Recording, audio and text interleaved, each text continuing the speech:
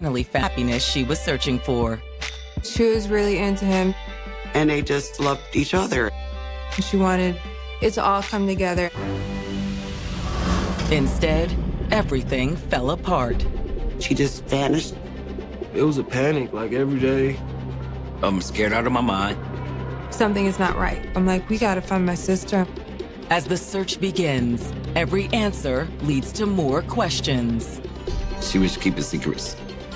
I didn't know what my sister was dealing with. I didn't know anything until she went missing. Ultimately, the truth would shock everyone. You start second-guessing everything. The unbelievable becomes believable. It comes to reality.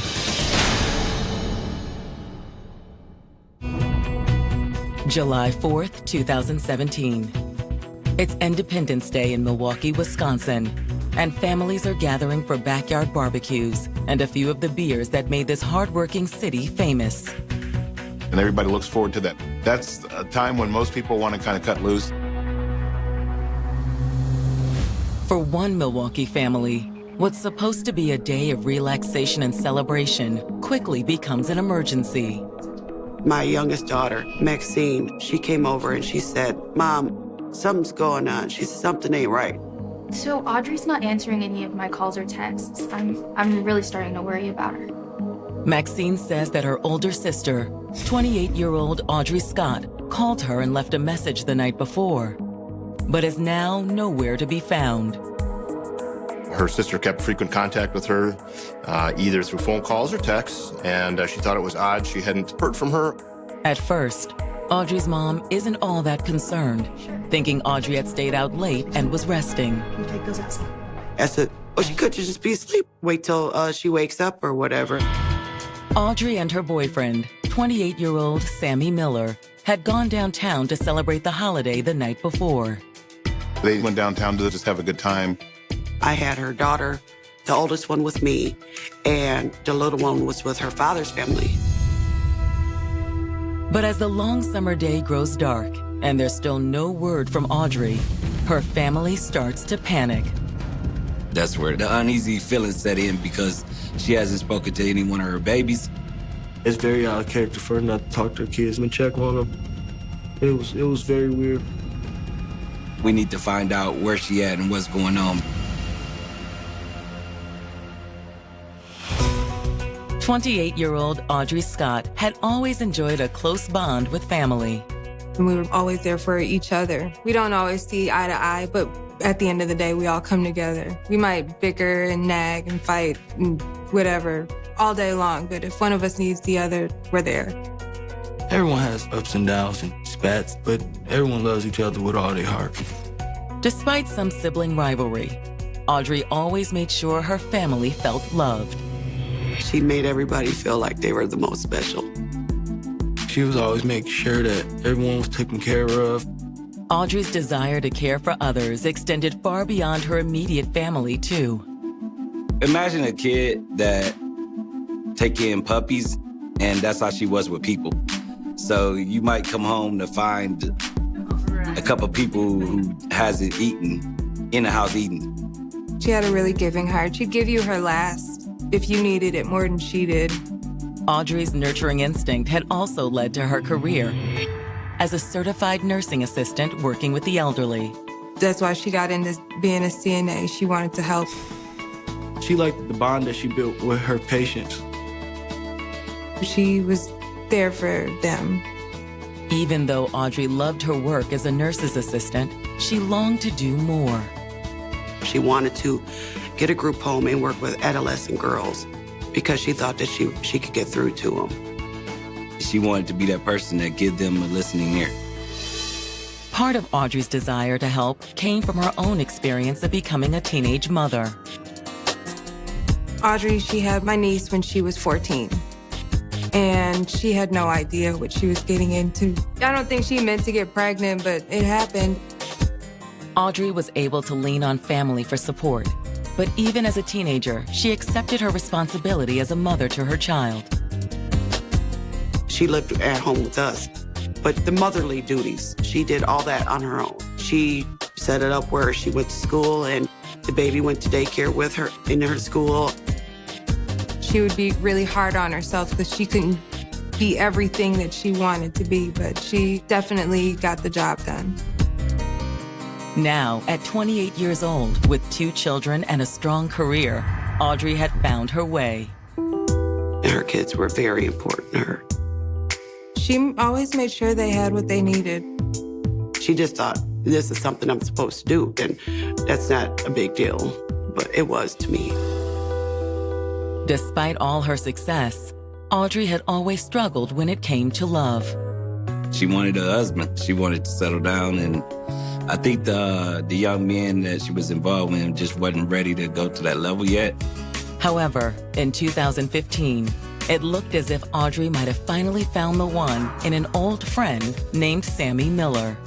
He was from the old neighborhood. They went to high school together. It was Mother's Day. He contacted her over on Facebook and wished her a happy Mother's Day. And they started talking there, and he took her out to eat. Then he started picking her up and meeting her and all that, and something blossomed out of it. Audrey's family seemed to approve of her new man. He was a great guy. He was taking her to church, and he was nice, and he was funny. Sammy also appeared to have a clear plan for his future. He was in college. He was getting his barber license. He already had it set up where he was going to be running his own shop through his cousin. Before long, their relationship blossomed into something special. After a few months, Audrey and her daughters moved in with Sammy. His aunt owned a duplex, so they lived in the lower space. They were like serious. Things were going good.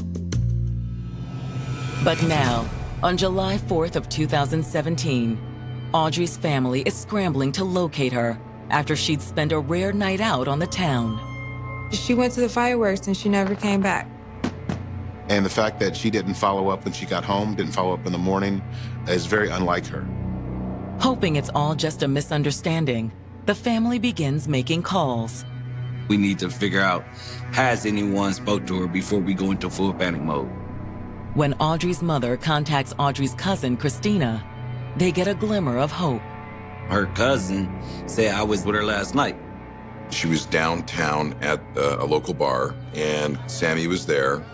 Sammy ended up getting into a physical altercation, which led to him being thrown out of the bar. And according to Christina, when she left, Audrey had decided to stay at the bar alone. Audrey stayed in the bar. Did she get picked up? Did she run into somebody she knew and maybe went with them somewhere? She would not be gone and not say anything to anyone. Something is not right. Summer of 2017, it looked as if 28-year-old single mother Audrey Scott had finally found lasting love with 28-year-old Sammy Miller. She cared for him a lot, and he cared for her. And that was her dream, to have a family. They spent a lot of time together, and things were going good. But now, after a night out in downtown Milwaukee, Audrey has gone missing, and her family is starting to worry. I had talked to her before the 4th of July, and then she told me he was going to the fireworks. Even more troubling, Audrey's cousin Christina has just revealed that after the fireworks, she and Sammy had left Audrey in a downtown bar alone. He gets thrown out of the bar, and she didn't leave out of the bar with Sammy. She decides to stay. As soon as Audrey's family hears that she'd been left alone in the bar that night, they begin to fear the worst. They're worried that maybe she got robbed and she doesn't have her phone. There's a lot of different concerns. And first thing the next morning, Audrey's mother contacts the police. Yes, I need to report a missing person. It's my daughter. And I'm like, I have her oldest daughter with me. She has called her about her. There's something that's not right here. And you sure she had her phone? Yes. She always has her phone with her when we have the kids. This is not like her at all. She would have answered the phone for somebody. Somebody would know that she's okay. She was the kind of person that always kept her family close and her friends close, would always be responsible and respond to messages on social media. She would also return their phone calls. Anybody we can speak to that might have seen her yesterday? Her cousin was with her at a bar last night. I guess there was some trouble there. She's here with me now. May I speak to her, please?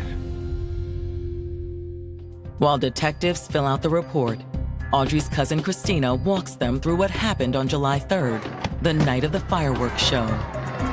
Audrey went down to see the Big Bang with Sammy, and then they ended up stopping in to have a drink. And the fireworks show downtown by the lakefront was actually really close to where this bar is. Inside the bar, Sammy had gone off to order drinks while Audrey made her way to the dance floor and ran into her cousin Christina. She gave Christina a hug. Hey, cousin, what you doing down here? Christina says that after meeting up with Audrey, she'd followed her cousin onto the dance floor. She's dancing with her and just having a good time. But when Sammy returned from the bar, the cousin's good time took an unexpected turn for the worse. Sammy walks past her, then he just turns around and swings and hits her with a haymaker. Christina says she don't know what went on. She just turned around and he just punched her. She don't know why. He just punched her. It was only afterward that Sammy realized his mistake. Christina dresses like a boy. She looks like a boy. My cousin got dreads, and Sammy didn't know, and Sammy got jealous. He sees what he thought was a male talking to his woman, and he was not going to stand for it. He's probably had some drinks, and without even checking in to see what's going on, he just sucker punches the cousin. And by that time, it was too late. There was a physical altercation that occurred. Bouncers were able to jump in and break it up. Christina and Sammy were kicked out of the bar. However, according to Christina, Audrey had opted to stay. So you and Sammy left her there? Yeah. She said she didn't want to stop having fun just because he messed up. Did Sammy speak to you after that? He apologized or whatever, but that was it. I went home and I haven't heard from Audrey since. Audrey said that she was going to find her way home from the bar. She decided she wanted to continue her night and have a good time. That's the last time anybody ever saw her. After listening to Christina's story, detectives' first priority is tracking down Audrey's boyfriend, 28-year-old Sammy Miller. One of our concerns was talking to him to see if he not only knew what had happened to her, maybe he had heard from her. So we tried at his house at least once or twice, and we could not find him at that point. After failed attempts to reach Sammy at home, he gets word that detectives are looking for him, and he makes a call to the police station. He made contact with the police department by phone, but he was asked to come into the police station. Once in the interview room, Sammy begins by telling detectives that he has no idea where Audrey is. This isn't like her at all. I don't know where she could be. He just said he hasn't seen her since that night and she hasn't called him. He also confirms much of what Audrey's cousin Christina had already told detectives. Sammy tells us that after the fireworks show, they went to nearby bars, and he admitted Christina and him ended up getting into a physical altercation, which led to him being thrown out of the bar. Where'd you go after that? Ran into some friends, hitched the ride home. What time was this? Around midnight, maybe 12:30. Anyone see you come home? My auntie. She owns the duplex where I stay. He said he ended up being dropped off back at his house and stayed there for the remainder of the night.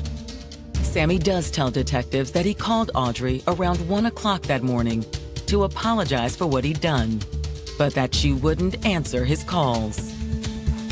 I know I overreacted. I just figured she was still angry, and that's why she wasn't taking my calls. Audrey was clearly angry with Sammy that night. And then he called her and she didn't answer.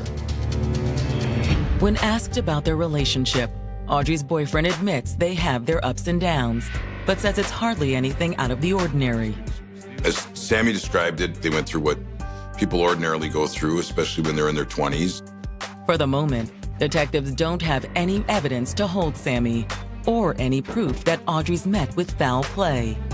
After letting Sammy go, the detectives decide to do a full background check, and what they find is alarming. Sammy was no stranger to the criminal justice system. He was on probation or parole status at the time with the Department of Corrections.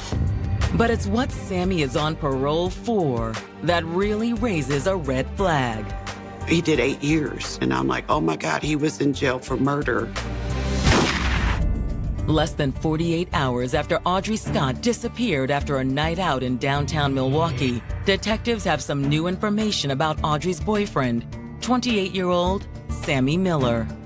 He did 8 years in prison, and it was because he killed someone in an attempted robbery. The incident occurred when Sammy was only 18.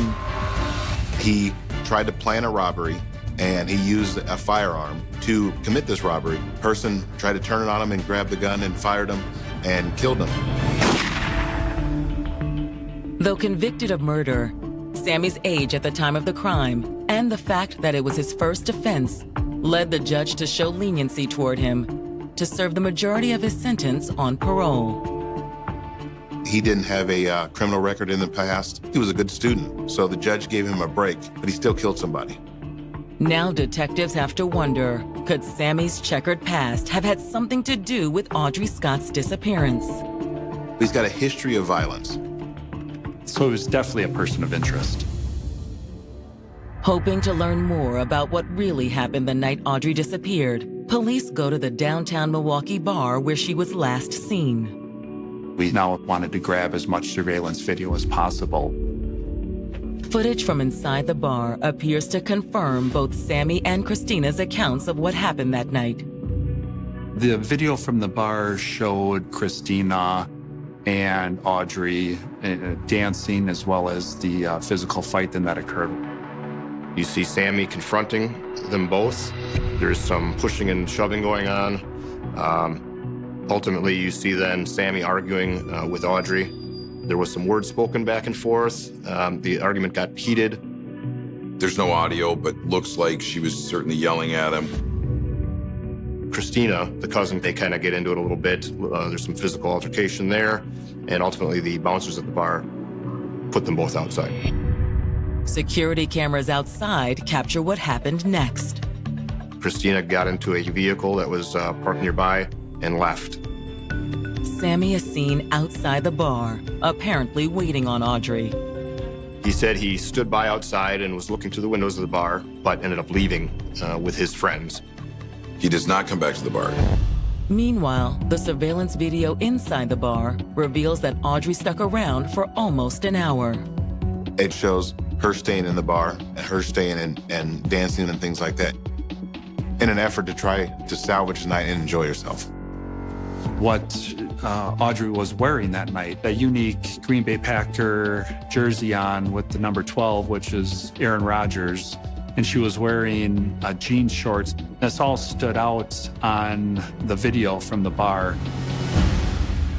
Then, at a little before 1 o'clock in the morning, the exterior cameras recorded Audrey leaving the bar. Audrey walked off on her own, and she's last seen walking down the street from the bar's entrance. She left by herself, and nobody followed her.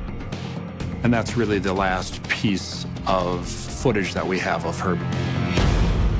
What happened next and Audrey's whereabouts remain a mystery, and detectives now have to consider multiple scenarios. Possibly it was just a random act. She's a female, and, she was at least somewhat intoxicated leaving the bar. I mean, it was 4th of July weekend, so the bars would have been busy. There could be a possibility that somebody else at the bar saw what happened, saw that she was no longer with her male companion, and moved in on her. Or she was walking down an alley and got assaulted. Every once in a while, we do have individuals from that area disappear. Before she went missing, there was another incident where there was a woman who was abducted from down on Water Street. Another theory is that based on where she was last seen, Audrey could have been the victim of a tragic accident. There's a river that runs through downtown Milwaukee. Sometimes people are intoxicated, and we have had missing individuals that have jumped into the river or wandered into the river and drowned. At this point, Crimes Division is calling the local hospitals to see if maybe something had happened to her. Unfortunately for detectives, the search proves to be a dead end. And with no hospital admissions fitting Audrey's description, detectives shift their focus to verifying Sammy Miller's alibi. With the police having nothing else to go on, they had to fill in the cracks in his story. Detectives begin by reaching out to Sammy's aunt, Debbie Mitchell. Sammy lived with this aunt. Sammy's aunt was cooperative from the get-go. She allowed us to come into the home. She allowed us to search Sammy's area to see if there was anything of value for us in leading to finding Audrey, but nothing of interest was found at that time. Sammy's aunt also confirms his alibi. She says that he came home at 1 o'clock and didn't leave until mid-morning that morning. Since his aunt's story puts Sammy home at roughly the same time Audrey left the bar, detectives essentially rule him out as a possible suspect. At that point, we don't have much to go on.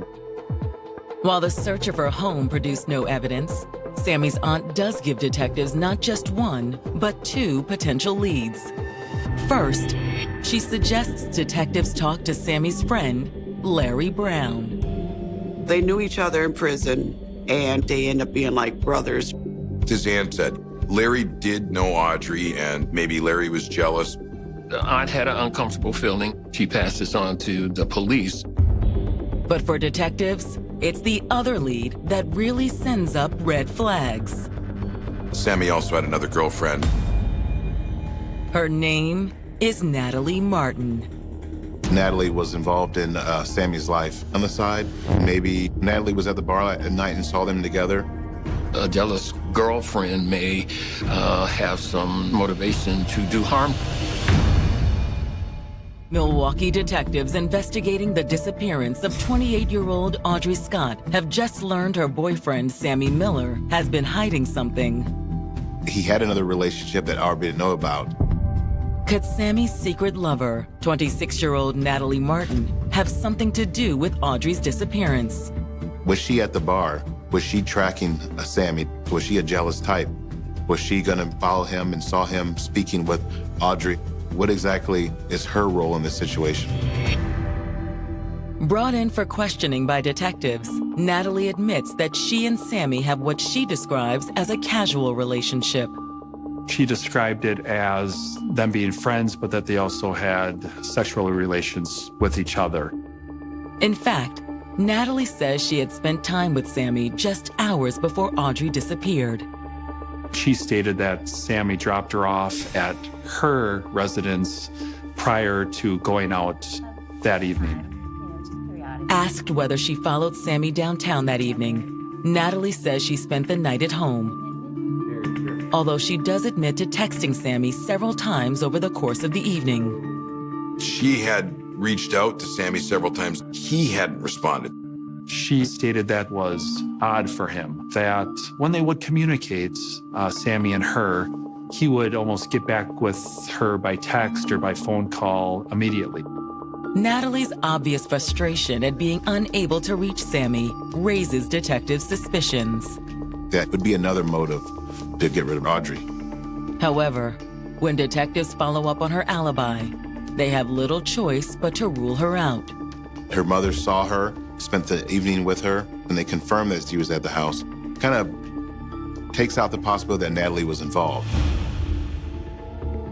Detectives move on to the other person Sammy's aunt had mentioned, his friend, Larry Brown. Larry and Sammy Miller were in prison together, and they had worked together in that prison and formed a friendship while they were there. Despite their friendship, Sammy's aunt suspected that Larry'd had his eye on Audrey. These were people that all kind of knew each other and hung out together, so it wasn't far-fetched for them to be considered potentially to be in a relationship or to be having an affair or to be involved at some level. Or was it possible Larry had made advances and Audrey turned him down? When detectives bring Larry in for questioning, the ex-con swears he'd never betray his friend Sammy.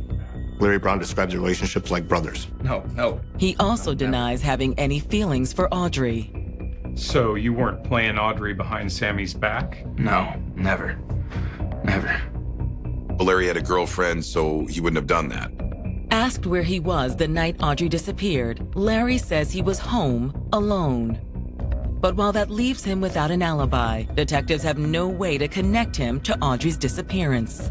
His explanation probably was looked at with some suspicion, but they had to at least take that for face value until they got additional information. While detectives are running down leads, the family continues searching for Audrey. It was a panic, like every day worrying, posting on Facebook. We went pounding the streets with flyers, asking door to door, had anybody seen her or anybody had any information? We were all out every day, nonstop. I wasn't gonna quit until we found her. Audrey's mother isn't the only one either. Sammy was going around with different family members, helping them look. He was so concerned about my sister's well-being. Sammy and the family's efforts produce immediate results. These flyers did generate some phone calls to us saying people had seen her in the area. We were getting some people who thought they had seen her at either a local store or walking down the street. In the end, none of the tips pans out. Those were false leads, but we did have to track those down and interview those people that said they had seen her. By the end of August, Audrey's trail has gone cold, and her family begins to lose hope they'll ever find her. We just ran out of ground to cover, and we hadn't heard anything from anyone. That's when it started. I'm like, she's not here anymore. But an anonymous tip on August 28th may finally give Audrey's family and the detectives the answers they desperately need. He calls police and he says that he has information regarding the disappearance of Audrey. They had run into a guy at a corner store in the city, and this person said he was present when Audrey was last seen and was abducted. And according to the informant, the man who'd claimed to know what happened to Audrey was none other than Sammy's old friend, Larry Brown. 28-year-old mother of two, Audrey Scott, has been missing for almost 2 months when Milwaukee investigators get a critical break in the case. Detective Bell. They got a tip from somebody to go talk to Larry Brown. We immediately decided to get Larry, bring him down to the interrogation room, and we started talking to him. The last time detectives talked to Larry, he denied having any knowledge of Audrey's disappearance. But now, when detectives reveal what they've learned, Larry quickly caves. There's a lot you left out of your story last time, Larry. The story is definitely evolving, but ultimately Larry wanted to tell us what happened. You need to tell us what you know. I didn't have anything to do with it, all right? Sammy called me in the middle of the night just bugging out. Larry's news story begins around 3 a.m. on the morning of July 4th, with a sudden flurry of calls from his close friend, Sammy Miller. He ignored the first few calls, but ultimately he decided to answer the phone. And Sammy said he wanted him to come out and meet him. Larry tells detectives that he met Sammy in a nearby parking lot where he was waiting in a parked SUV. He said he noticed somebody was sitting in the front passenger seat, but couldn't tell who it was at first. Larry says it's only after Sammy told him to get in the back seat that he realized the woman sitting in front of him was Audrey. He said the only reason he knew the person in the front passenger seat was Audrey was because of her voice. According to Larry, Audrey had apparently suffered a brutal beating. Sammy beat her up. Bad. He had realized Sammy had beat Audrey to this point. Larry explains that when Sammy said he needed Larry's help, he didn't say no. Larry felt it was almost dangerous at this point to question anything that was happening. Why'd you get in the car? I knew it wasn't going to end well, but Sammy told me to get in the car. I got in. What followed, according to Larry, was a tense half-hour drive to a heavily wooded area outside of town. Larry said at this point, Sammy got out of the driver's seat and he yanked Audrey from the vehicle, and Audrey fell onto the ground. He describes her as begging for her life. He describes her telling Sammy that, "I have kids, please don't kill me." Larry said he stood by the car, not really sure about what was going to happen. Larry says that while he stood stunned by what he was witnessing, Sammy had hauled Audrey to her feet. Sammy then forces her into the wooded area approximately 20 to 30 feet from the road, remains out by the car, but after a short time, he can hear one gunshot.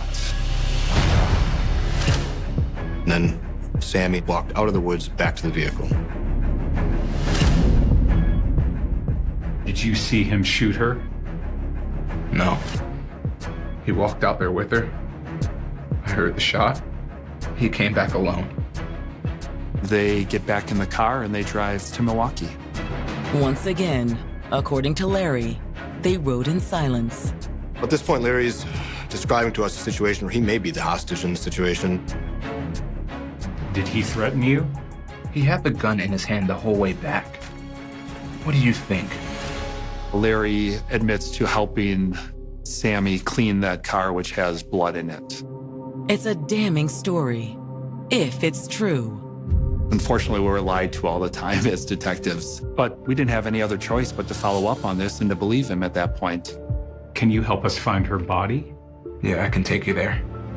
We were hoping to find her alive, but if this is truthful, our concern is finding her. We want to give closure to the family and let her know that we had found her. So Detective Bell and I put Larry in a squad car. And he starts directing us to the area that he believes Audrey was killed by Sammy. Larry points them in the same direction where Sammy took Audrey, and the detectives head into the woods. Detectives search for an hour and a half, but are unable to locate Audrey's remains. We had to consider the fact that maybe Larry had made this up to make it seem like he was being cooperative.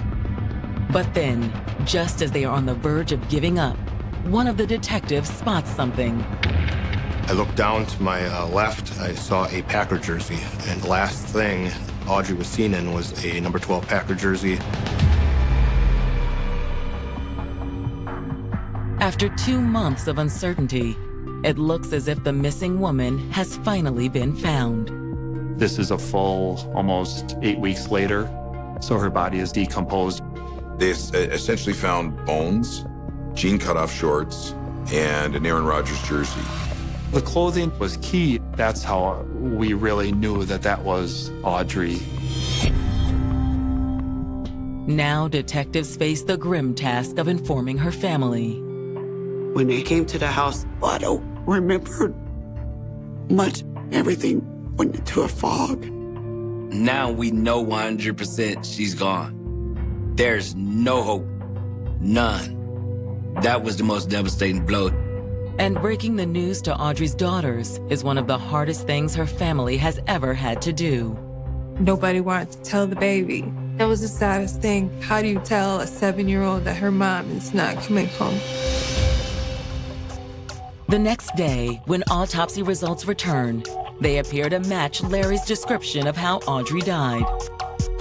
The medical examiner determined that there was a hole that appeared to be in the sternum area of the jersey and a corresponding hole to the sternum area of Audrey. Without the bullet caliber or murder weapon, would Larry Brown's story be enough to convince a jury that Sammy is Audrey's killer? If this was Sammy Miller's plan to kill Audrey, to drive her out in the middle of nowhere, to hide that evidence, to hide the body, why do you bring along an eyewitness that you don't need? What detectives need is a witness who can back up Larry's version of events, and they're pretty sure they know where to find one. They're going to go back to Sammy's aunt. A lot of times when we're doing these investigations, when you're able to confront people, once it becomes apparent they're being drawn into a homicide investigation, they become a little more forthcoming. The dominoes start to fall. 2 months after 28-year-old mother of 2, Audrey Scott, disappeared after a night out on the town, an ex-con named Larry Brown has just identified Audrey's boyfriend, Sammy Miller, as the man who shot her and left her body in the woods outside Milwaukee. Her final words was, "What about her kids?" That was her final words. And that couldn't even sway him. He was an evil monster. But before they make an arrest, detectives need more proof that Sammy actually pulled the trigger.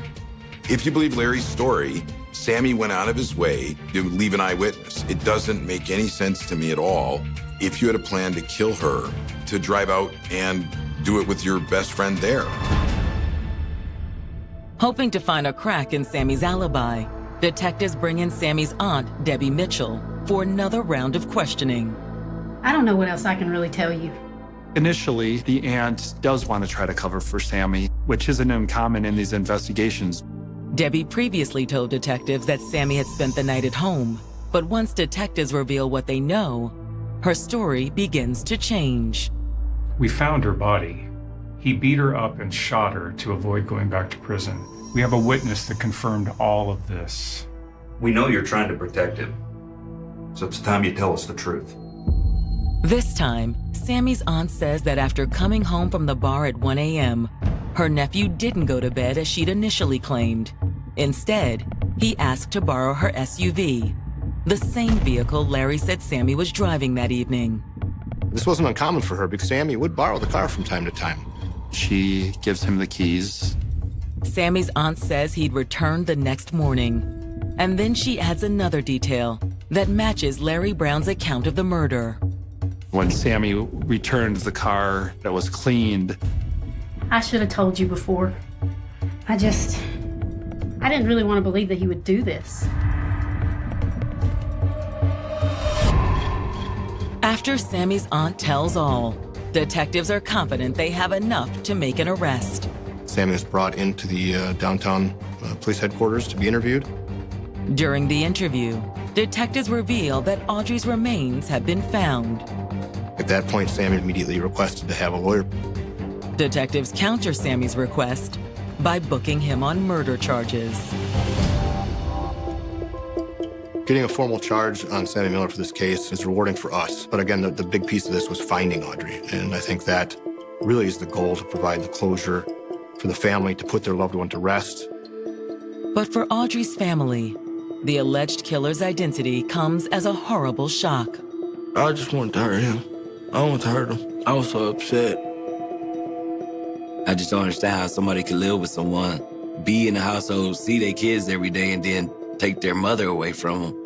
There's an even bigger shock coming for Audrey's family when they learn that Sammy's an ex-con already on parole for murder.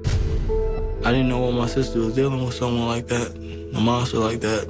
Regardless if it was a botched robbery or this judge thought that he was this good kid led astray, he should have done more time. 8 years for a life was ridiculous. And if he only gets 8 years for what he did to my sister, I don't know, I think the whole family would go insane. He a demon. And he needed to be locked away forever.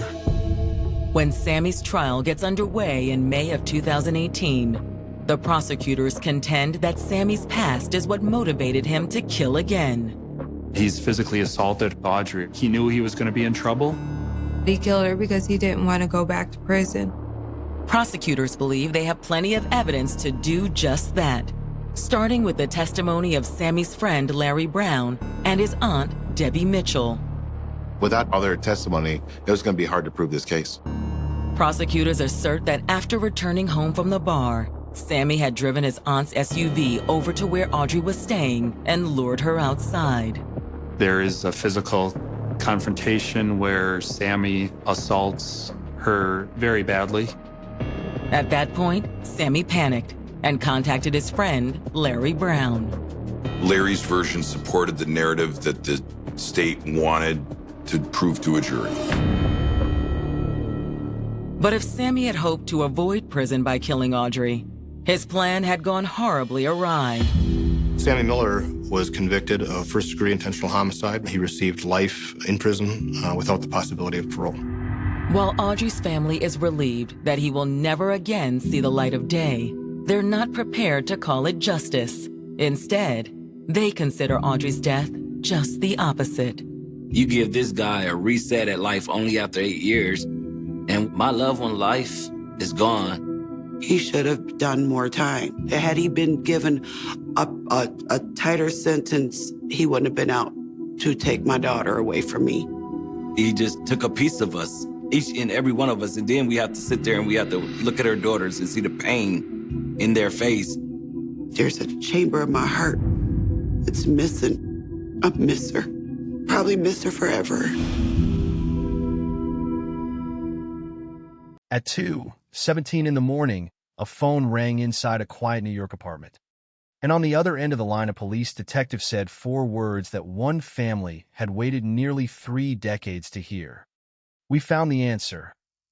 For 29 years, the name of Emily Carter had existed in the coldest corner of the city's memory. Preserved in an old missing person photograph, a yellowed newspaper clipping, and a police file that had gathered dust while the people who loved her grew older.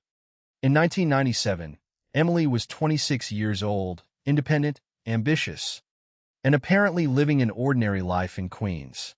She worked during the day, met friends after work, called her mother regularly, and had plans for the following week. Then, one October night, she disappeared. There was no dramatic scene, no witness struggle, no abandoned vehicle sitting beneath flashing police lights. No body, no confession, no obvious suspect. She simply stopped coming home. Her apartment door was locked. Her purse was missing. Her bank account was untouched. Her family called hospitals, friends, co-workers, and anyone who might have seen her. Police searched subway stations, parks, streets, and abandoned buildings. Detectives questioned the people closest to her. Nothing explained where she had gone. The case became one of those New York mysteries that seemed to disappear beneath the weight of newer crimes. Years passed, then decades. The detectives assigned to the investigation retired. Witnesses moved away. Some died. Buildings were demolished. Records were transferred from one archive to another. The city changed around the empty space Emily had left behind. But her family never accepted the idea that she had simply walked away.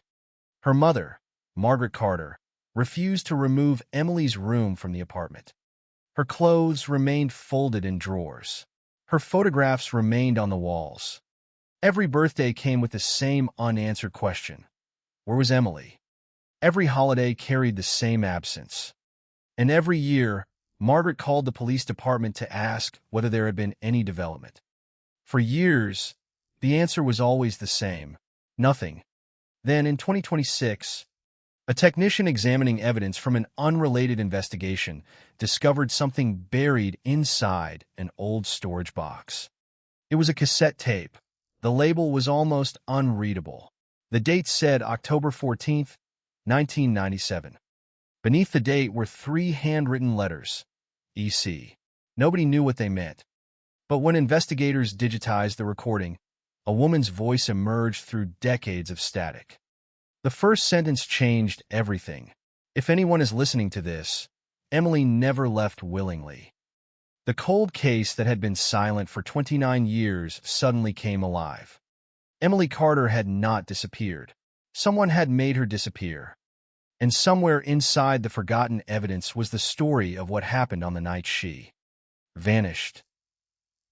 The story began in Queens during the fall of 1997, when the city was already changing rapidly.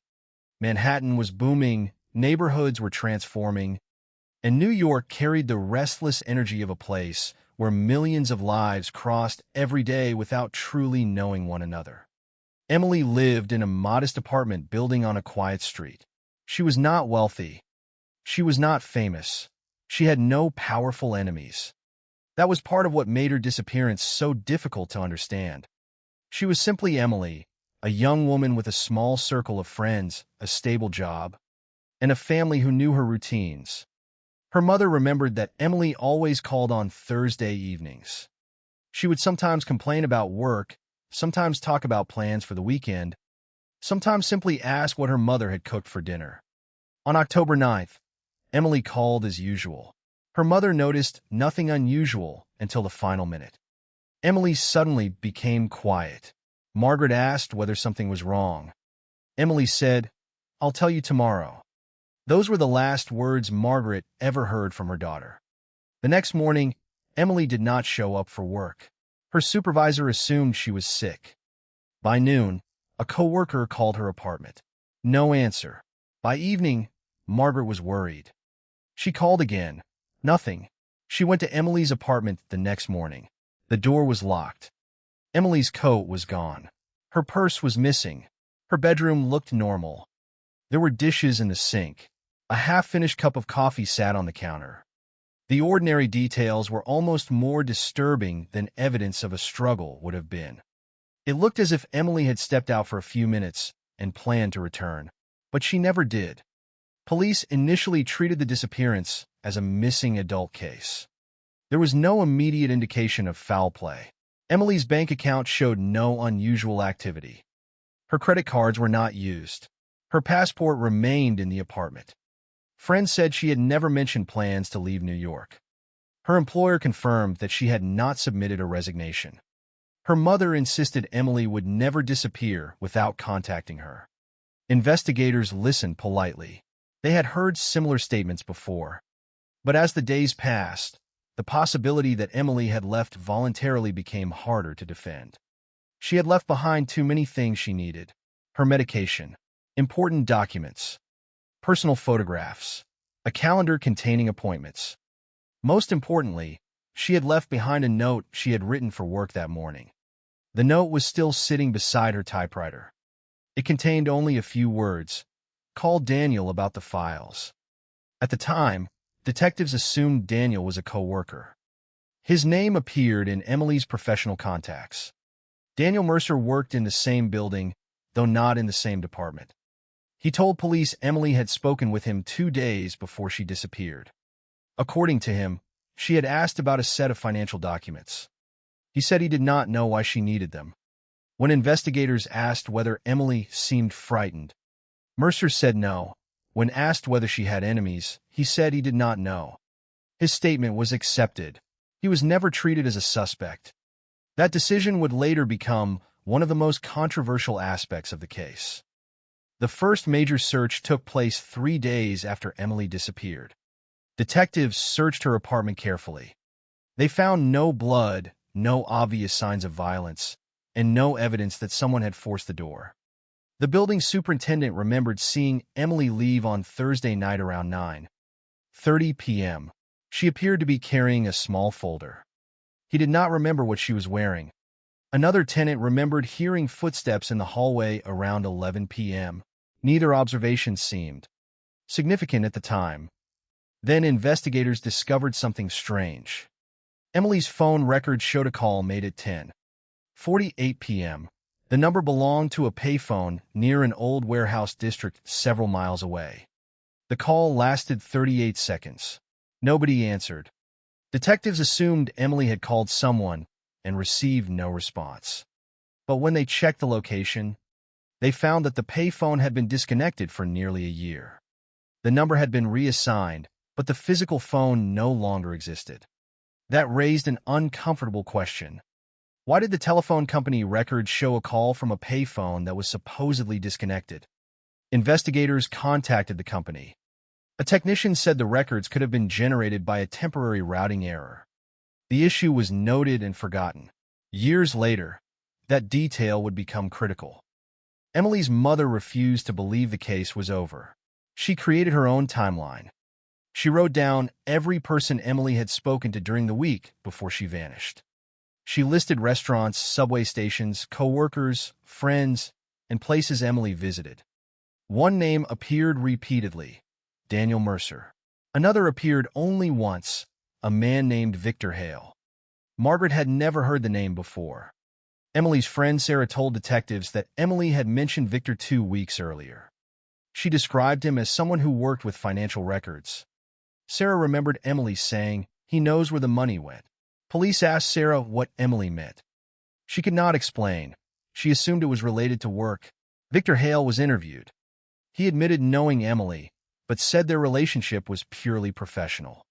He claimed they had spoken about an accounting discrepancy involving a company Emily's employer had been auditing. According to Hale, Emily had become obsessed with proving that someone had altered financial records. He said she believed money had been moved through several shell companies. Investigators reviewed the financial records and found nothing immediately suspicious. Hale was released. The investigation began to lose momentum. Without a body, without a clear crime scene, and without evidence of violence, police had little to work with. The media coverage faded. Emily's photograph disappeared from the front pages. Other cases replaced it. Margaret kept calling. She received fewer responses.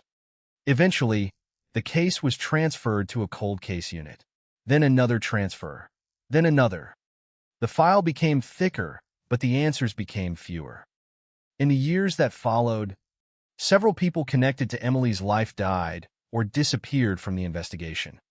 The superintendent died. Emily's supervisor moved to California. Victor Hale left New York. Daniel Mercer changed jobs. The company where Emily worked was sold and reorganized. Financial records were archived. The warehouse district was redeveloped. The payphone disappeared. The physical evidence associated with the case seemed to vanish piece by piece. But one detective never forgot Emily. His name was Thomas Reed. Reed had been a young investigator when the case opened. He retired in 2012. Before retiring, he made one unusual request. He asked the department to preserve the original evidence box rather than discard older materials. Inside that box were Emily's personal effects, old photographs, copies of interview transcripts, and several pieces of evidence that had never been fully analyzed. Reed believed the case had been mishandled. He believed someone had lied. He never knew who. But he repeatedly told younger detectives that the case was not a disappearance. "You're looking for the wrong thing," he once said. "Don't ask why she left. Ask who needed her gone." Those words would eventually guide the investigation. In 2025, a new cold case detective named Laura Bennett reviewed Emily's file. Bennett had spent years working on cases where technology had changed the meaning of old evidence. DNA, digital enhancement, forensic accounting, modern audio restoration, and improved databases had transformed investigations that once seemed impossible. Emily's case immediately caught her attention because of one unusual fact. There was a gap in the evidence log. A cassette tape was listed as collected on October 14, 1997. But there was no record of where it came from. There was no transcript, no forensic report, no explanation of why it had been collected. The entry simply read, "Audio cassette, unidentified." Bennett searched the archive. The tape was missing. She asked the evidence department. Nobody knew where it was. Then a storage inventory produced a box from an old precinct that had closed years earlier. Inside was the cassette. The label had faded. The letters EC remained visible. Bennett sent it for digital restoration. What came back was not the sound of an anonymous witness. It was Emily's voice. She sounded frightened. She spoke quickly. She said someone was following her. She said she had discovered something about money moving through several companies. She named Victor Hale. She named Daniel Mercer. Then she said something that investigators had never heard before. "If they say I left, don't believe them." The recording ended with a sound like a door opening. Then a man's voice said, "Emily, we need to talk." Bennett played the recording again. She recognized the voice. It was Daniel Mercer. The discovery transformed the case overnight. Mercer had told investigators in 1997 that he had spoken to Emily 2 days before she vanished. Now there was evidence that he had been with her immediately before the disappearance. But the recording did not prove he had harmed her. It proved something more disturbing. He had lied about the timeline. Bennett located Mercer. He was now 71, living outside New York. When investigators arrived at his home, he immediately asked why they had come. Bennett placed the cassette on the table. Mercer listened. His face changed. He did not deny the voice. He said, "I wondered when someone would find that." Bennett asked what he meant. Mercer looked at the floor. "Because the wrong people had it." The statement opened the door to a truth that had been hidden for nearly 3 decades. Mercer admitted he had seen Emily on the night she disappeared. He said she had discovered financial records connected to a company that was secretly moving money through multiple accounts. She had threatened to expose it. Mercer said he tried to convince her to stop. She refused. He claimed another man arrived later, Victor Hale. According to Mercer, Hale was not merely an accountant. He was the person controlling the money transfers. Mercer said Emily had copied documents that could expose the entire operation. When she refused to hand them over, Hale became aggressive. Mercer claimed he left before the confrontation ended. Bennett asked what happened to Emily. Mercer said he did not know, but his story contained a contradiction. The surveillance footage from a nearby parking garage placed Mercer and Hale together at 11:32 p.m. The footage showed another vehicle arriving at 11:41. The driver was never identified. The vehicle remained for 19 minutes. Then all three vehicles left in different directions. Investigators traced the third vehicle to a company registered under a false name. The company had been dissolved in 1998. Its only known director was a man who had been questioned in Emily's case but never listed as a suspect. His name was Robert Sloan. The cold case suddenly had three men connected to the same location on the same night: Mercer, Hale, Sloan, and all three had given incomplete or misleading statements in 1997. Bennett ordered a new search of the financial records. What investigators discovered was startling. Emily had been right. Money had moved through a network of companies. Small transfers, repeated transactions, different names, different addresses. But the same bank accounts appeared beneath the surface. The total amount exceeded several $1,000,000. The money had been transferred through companies that appeared legitimate on paper but existed primarily to move funds. Emily had been auditing one of them. She had discovered the pattern. She had copied the documents. She had planned to reveal them. Then she disappeared. The evidence suggested that Emily had not been randomly targeted. She had been targeted because she knew something, and someone had known that she knew it. Bennett returned to the old interview transcripts. One sentence from Victor Hale's 1997 statement suddenly stood out. When asked whether he had ever argued with Emily, he said, "She was becoming difficult." That phrase had seemed harmless 29 years earlier. Now it sounded like a warning. Bennett asked Mercer about it. Mercer said Hale had used the same phrase before Emily disappeared. He said she wouldn't let it go, Mercer recalled. He said she was going to ruin everything. Bennett asked whether Hale threatened her. Mercer remained silent. Then he said, "He told me that if Emily talked, everyone would lose." Bennett asked who everyone meant. Mercer looked at her and answered, "Everyone who was making money." The case was no longer simply about one missing woman. It was about a financial operation that had survived for years, protected by false records and frightened witnesses. Emily had uncovered the wrong secret. The deeper investigators went, the more connections they found. Bank accounts, shell companies, false invoices, property purchases, insurance claims. And at the center of it all were the same names that had appeared in the original case file. But there was still no body. Without Emily's remains, prosecutors knew the defense would argue that she could have left voluntarily. They would claim the financial evidence proved only that she had discovered fraud, not that she had been murdered. They would attack Mercer's credibility. They would say the cassette could have been manipulated. They would argue that 29 years had destroyed the reliability of memories. Then investigators found something buried beneath the floor of an abandoned warehouse. A small metal box. Inside was a key. And attached to the key was a paper tag bearing a handwritten date. October 10th, 1997. The day before Emily disappeared. On the back of the tag were three words: Locker 214. Bennett checked the old transit records. Locker 214 had existed inside a storage facility near the warehouse district. The facility had been demolished in 2004, but its records had survived. And one name appeared beside Locker 214: Emily Carter. The discovery meant that Emily had deliberately rented a locker just one day before she disappeared. Investigators obtained the archived inventory.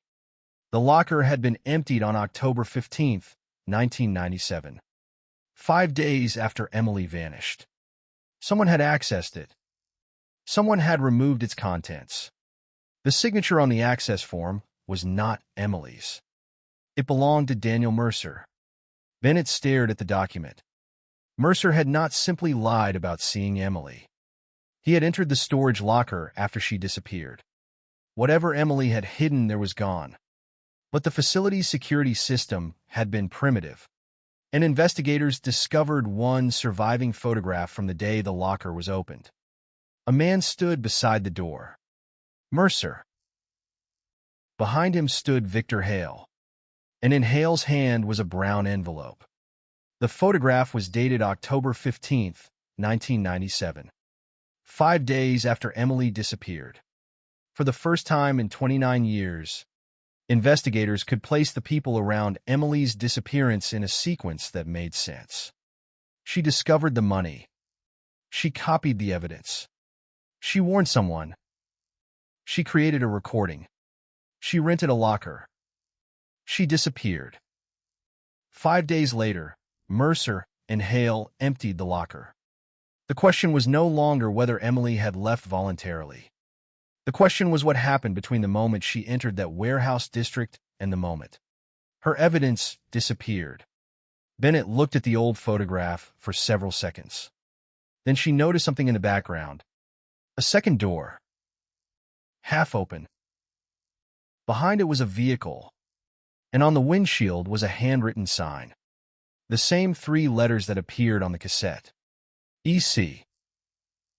The investigation had just found another piece of evidence. And this time, it appeared to point directly toward the place where Emily Carter's story had ended. The photograph remained on Detective Laura Bennett's desk long after everyone else had left the room. It was only a small image, faded around the edges. The kind of photograph that could easily have been discarded during one of the many transfers of the Carter case.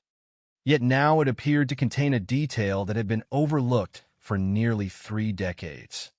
Behind Daniel Mercer and Victor Hale stood a half-open service door. Beyond that door was a dark corridor, and through the corridor Bennett could see the front end of a vehicle parked inside the warehouse. On the windshield was a paper sign bearing 3 letters, EC Emily Carter.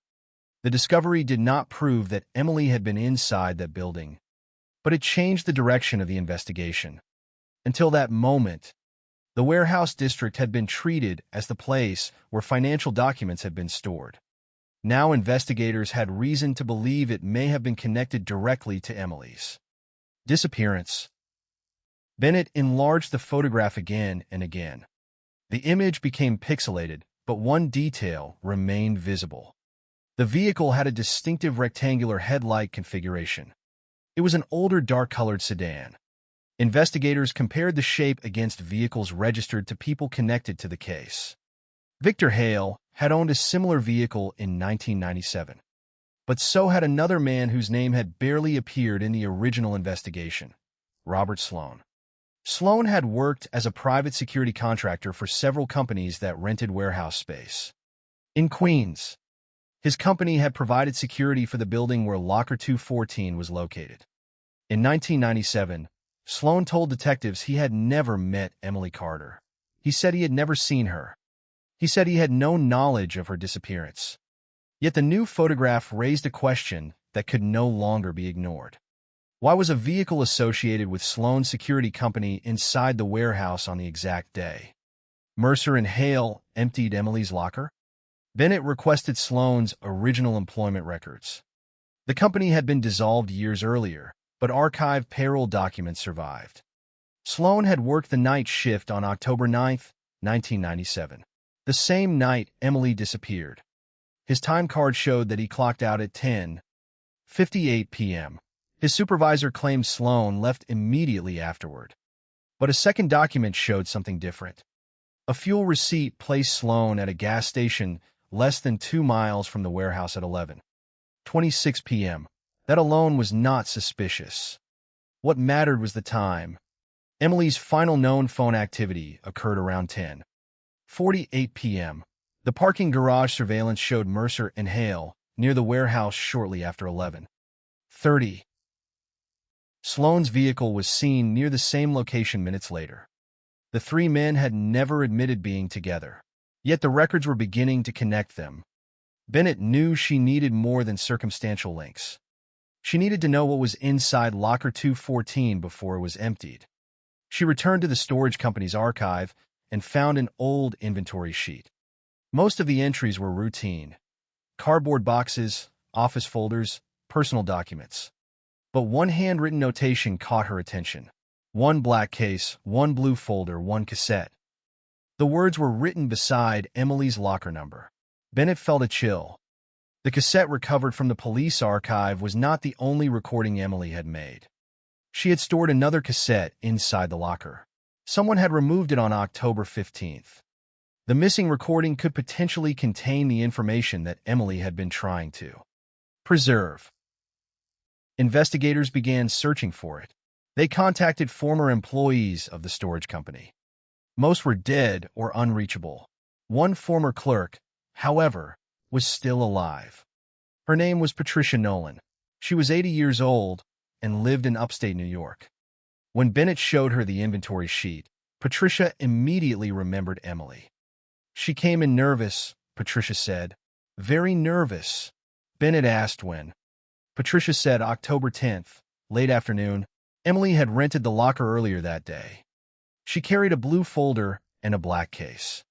Patricia remembered because Emily asked whether the facility had cameras. Patricia told her there were cameras in the main hallway. Emily asked whether the cameras recorded continuously. Patricia said yes. Then Emily asked a strange question. Can anyone access the recordings? Patricia said the manager could. Emily looked uncomfortable. She lowered her voice and asked whether police could obtain them. Patricia said yes, with a warrant. Emily nodded.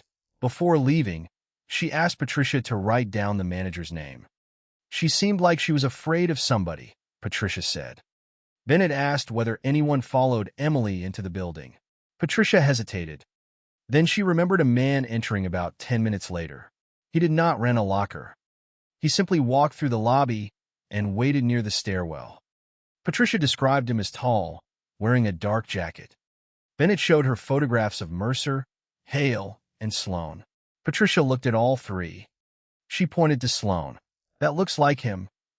It was another piece of evidence. But Bennett knew eyewitness identification after 29 years could be unreliable. She did not want the case built on memory alone. She asked Patricia whether the storage facility had kept any surveillance records. Patricia said the tapes were normally erased every 30 days. But she remembered one unusual incident. A police officer had asked for footage from October 10th. Patricia could not remember the officer's name. The manager had told her to copy the tape. Patricia said she watched him remove the cassette from the machine. The police officer never returned for it. Bennett searched the original case file. No request for surveillance footage from October 10th appeared anywhere. Someone had asked for the tape, but the request was never documented. The investigation was beginning to reveal a pattern. Evidence had not simply been lost. Evidence had been collected and then disappeared. Bennett requested the names of every officer assigned to Emily's case during its first week. One name stood out: Detective Raymond Cole. Cole had been one of the first investigators at Emily's apartment. He had interviewed Margaret Carter, Daniel Mercer, Victor Hale, and several co-workers. He had also been present when the storage facility was contacted. Cole had retired in 2006 and died in 2019. His personnel record showed no disciplinary actions. His career had been considered exemplary, but there was one unexplained gap in his case notes. Between October 14th and October 18th, 1997, Cole's daily activity log was missing. Bennett contacted his widow. She searched through his papers and found several boxes of old notebooks.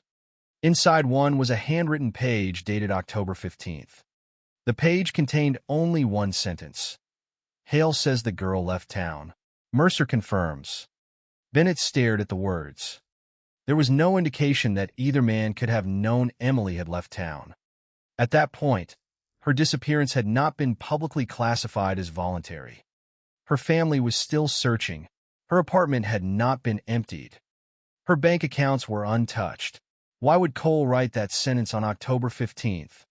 Why would he already accept the idea that Emily had left? The answer appeared in the next line. Beneath the statement was a phone number. Bennett traced it to a private office in Manhattan. The office belonged to an attorney named Arthur Wynn. Wynn had represented several companies connected to Victor Hale. More importantly, he had represented the security company owned by Robert Sloan. Bennett began reconstructing the days after Emily disappeared. On October 10th, Emily rented Locker 214. On October 11th, she disappeared. On October 12th, Margaret reported her missing. On October 13th, police began searching her apartment. On October 14th, a cassette was supposedly collected. On October 15th, Mercer and Hale opened Emily's locker. And sometime that same day, Detective Cole wrote that Emily had left town. The sequence was impossible to ignore. Someone had known more than police were admitting. The next question was what happened inside the warehouse on October 9th. Bennett returned to the parking garage footage. The old recording had been digitally restored, but most of it was still grainy. Investigators enhanced individual frames. At 11:32 p.m., Mercer entered. At 11:34, Hale arrived. At 11:41, a dark sedan entered. The driver remained inside for several minutes. At 11:47, the vehicle moved to the lower level. At 11:52, another figure appeared. The figure seemed to be a woman. Bennett could not identify her face, but the height and clothing appeared consistent with Emily's description from the night she disappeared. At 11:54, the woman entered the warehouse building. 2 minutes later, Mercer followed. Hale entered at 11:58. Sloan appeared at 12:03. The four people were now inside the same building. At 12:19, the dark sedan exited. At 12:27, Hale left. Mercer followed at 12:31. Sloan remained inside. The woman's identity could not be confirmed. But the timeline was significant. If the woman was Emily, she had been alive at least 90 minutes after the last known activity at her apartment. Bennett searched the original evidence for Emily's clothing description. Margaret had reported that Emily was wearing a dark coat, dark trousers, and a light-colored blouse. The figure in the surveillance footage appeared to be wearing exactly that combination. But there was another detail. Emily's purse had never been found. The woman in the footage appeared to carry something under her arm. Investigators enhanced the image. It looked like a small handbag. That increased the probability that the woman was Emily. Bennett asked the forensic imaging team whether they could compare the shape of the purse with photographs of Emily's actual handbag. They found an old family photograph taken 2 weeks before the disappearance. Emily was holding a dark leather purse with a distinctive metal clasp. The object in the surveillance footage appeared to have the same shape. It was still not enough for courtroom certainty, but the evidence was moving in one direction. Emily had likely entered the warehouse. She had likely been with Mercer, Hale, and Sloan. She had likely carried documents or a recording with her, and she had never been seen again. Bennett now wanted to know what happened after 12:31 a.m. She searched for additional cameras. The warehouse district had fewer cameras in 1997, but a neighboring factory had one mounted above its loading dock. The factory was demolished in 2008, but the security company that installed the cameras still existed. Its archives contained a transfer ledger showing that tapes from October 9th and 10th, 1997 had been sent to the police after an unrelated burglary investigation. One tape remained. Investigators requested it. The footage showed the street outside the warehouse. At 12:43 a.m., a dark vehicle left the building. At 12:47, another vehicle followed. At 12:53, a third vehicle appeared. But the third vehicle stopped before reaching the intersection. The driver got out and opened the trunk. Bennett watched the footage carefully. The man appeared to remove a large object wrapped in a dark blanket. He placed it into another vehicle. Then he drove away. The image was unclear, but investigators enhanced the vehicle's rear license plate. The plate belonged to Robert Sloan. Bennett felt the investigation shift again. A man had moved something from one vehicle into another in the middle of the night. There was no proof that the object was Emily, but the timing was impossible to ignore. Investigators searched Sloan's property history. In 1997, he owned a small commercial garage in Brooklyn. The garage had been sold in 2001. Its original floor plan showed a basement with a drainage system. Bennett requested permission to excavate beneath the old building. The current owner agreed. Ground-penetrating radar detected a rectangular anomaly beneath the basement floor. Investigators drilled a small access hole. Beneath the concrete was an old wooden crate. Inside were rusted tools, pieces of fabric, and several objects that appeared to have been deliberately buried.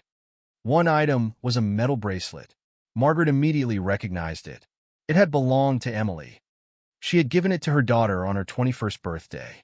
Emily wore it almost every day. The bracelet was not proof of murder by itself. It was, however, proof that at least one personal item belonging to Emily had been inside Sloane's garage.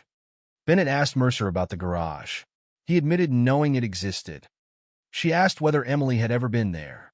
Mercer said, yes.